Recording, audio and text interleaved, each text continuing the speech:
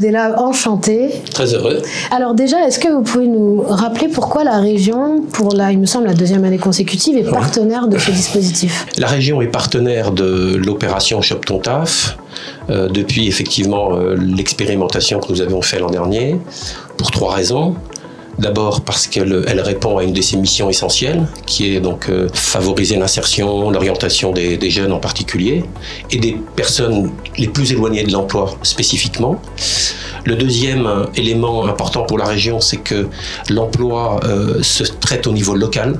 Et donc cette opération qui a fait l'objet d'une démultiplication en fait de la ville de Suresnes sur le bassin d'emploi avec d'autres villes partenaires est tout à fait exemplaire. Ce sont des engagements de maires de premier niveau qui s'engagent pour l'emploi et qui, de par leurs compétences, peuvent mobiliser les principaux acteurs qui nous intéressent, à savoir donc les entreprises, pour qu'elles puissent s'engager vis-à-vis de ces jeunes, et puis l'ensemble du tissu associatif de ce territoire qui va nous permettre d'identifier, plus techniquement nous appelons ça le sourcing, qui va nous permettre d'identifier ces jeunes. Oui, on rappelle que pour cette deuxième édition, les 11 villes membres du Paris-Ouest La Défense sont partenaires de ces dispositifs. Absolument. C'est une première en Île-de-France que des villes comme ça sur l'ensemble de Saint-Bassin décident collectivement de se mobiliser sur un événement aussi long, aussi complexe à mettre en œuvre.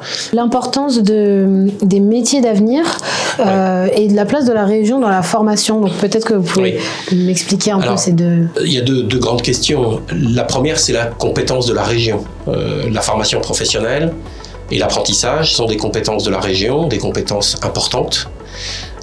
Et ces compétences, notamment en matière de formation professionnelle, sont lourdes puisqu'elle va consacrer déjà un budget important. On consacre à peu près de 650 millions d'euros par an pour essayer de répondre à l'ensemble des enjeux de formation et de recrutement en Île-de-France.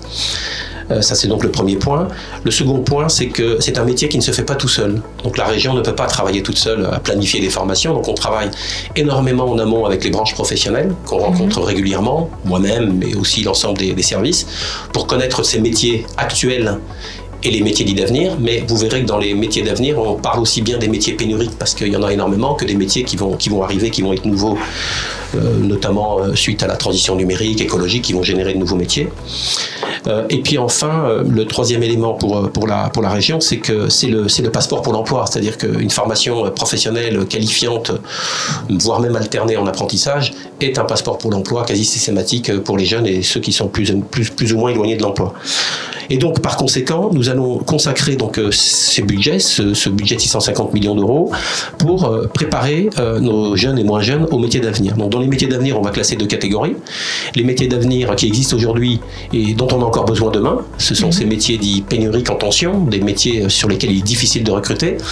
Alors, il est certain que les difficultés de recrutement ne sont pas liées uniquement aux problèmes de compétences ou aux problèmes de formation, ils sont liés aussi aux problèmes d'attractivité du métier proprement dit, sa rémunération, ses conditions de travail. Il y a des métiers difficiles, des métiers où on n'arrive pas à recruter, l'hôtellerie-restauration, ils ont dû vous l'évoquer, certains métiers du bâtiment, certains métiers de la santé, les métiers dans les EHPAD et l'accompagnement des personnes, c'est des métiers quand même assez difficiles et donc il faut pouvoir mobiliser les gens. Et puis nous allons avoir des métiers dits nouveaux, puisque à peu près on considère que 85% des métiers qui existeront aux alentours des années 2030 n'existent pas aujourd'hui. Donc ça, c'est l'impact lié à la transition numérique, transition écologique également, et toutes ces nouvelles technologies qui vont venir impacter les métiers, la robotisation, l'intelligence artificielle, la donnée, la gestion de la data. Et donc la région va accompagner cette transformation. Donc la région, elle va accompagner cette transformation avec les entreprises et on va nous ensuite programmer avec les organismes de formation de la région. Donc nous allons lancer des marchés pour acheter des places de formation dans ces métiers-là. Et donc nous allons comme ça à peu près proposer près de 40 000 places en formation pour l'ensemble des jeunes en Île-de-France. Donc des formations, bien sûr, dans le domaine du numérique, c'est la première achat de formation, puisqu'on finance à peu près nous plus de 5600, 5700 places de formation sur l'ensemble des métiers du numérique. Mais on va former également les personnes aussi bien sur les métiers donc en tension tels que le bâtiment. On propose à peu près 2300 places dans le bâtiment. On propose plus de 3000 places de formation dans le sanitaire et social. On propose des places dans le domaine de l'industrie, dans le domaine de l'agriculture, dans le domaine de l'hôtellerie-restauration, plus de 2300 places. Donc en fait, c'est 11 secteurs prioritaires qu'on identifie, que l'on balise chaque année avec les secteurs professionnels, bien voir comment ils évoluent. Et puis l'intérêt, c'est mieux connaître encore les métiers, l'intérieur des métiers, pour pouvoir proposer des formations intéressantes. Et concrètement, si on parle aux jeunes qui nous écoutent et qui veulent rentrer en formation dans un de ces métiers, de Alors, nous, il y a une entrée très simple. C'est une application qui s'appelle Oriane Form Pro. Sur cette application, vous allez vous identifier en tant que tel, et vous allez identifier l'ensemble des formations par métier que je viens d'identifier, les métiers qui vous intéressent. Et à partir de là, donc, vous allez pouvoir avoir un checklist des formations proposées en fonction des qualifications et des diplômes proposés.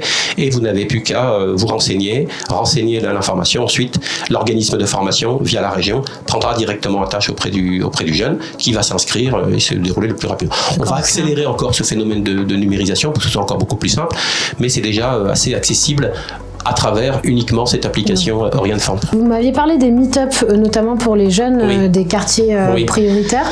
Est-ce que vous pouvez juste en dire quelques mots ? Oui, je peux en dire quelques mots. Alors, simplement pour dire que nos formations, bien sûr, s'adressent principalement aux demandeurs d'emploi, bénéficiaires du RSA, et bien entendu à l'ensemble des jeunes et moins jeunes qui sont dans ces quartiers populaires et du reste dans les territoires ruraux, donc les plus éloignés.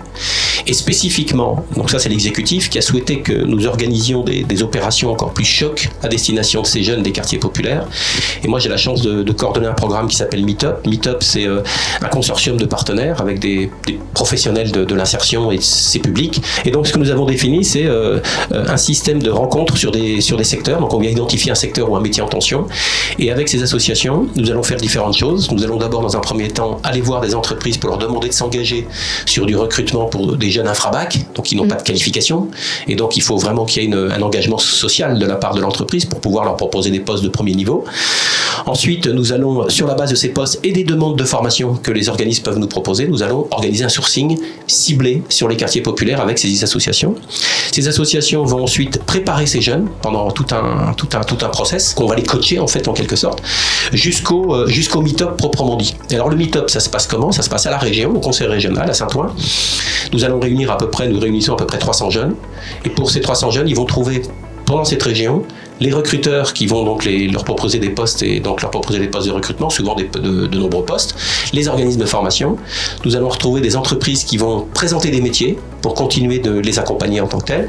Et puis nous allons leur préparer un parcours de préparation un peu coach sportif, les motiver, préparation d'entretien, l'habillement et leur rappeler les principales consignes pour qu'ils essayent de décrocher au-delà du premier rendez-vous un rendez-vous intéressant. Et comment on retrouve ces meet-up sur Internet pour les jeunes ? Meet-up, vous le retrouverez sur Internet, le site de la région, Meetup, mais également de nos partenaires. Je citais Mosaïque RH, Émergence 93, mais la région va faire une large communication sur ce dispositif Meetup version 2. Est-ce que vous avez peut-être en un mot un conseil pour les jeunes qui nous regardent ? Le conseil que j'ai pour les jeunes qui nous regardent, c'est d'abord croire en ses capacités, croire en son potentiel, et que pour chacun d'entre eux, on trouvera une formation et un métier, il n'y a aucun problème là-dessus.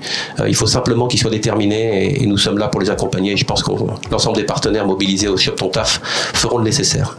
Je vous remercie. Merci beaucoup d'être venu sur le plateau.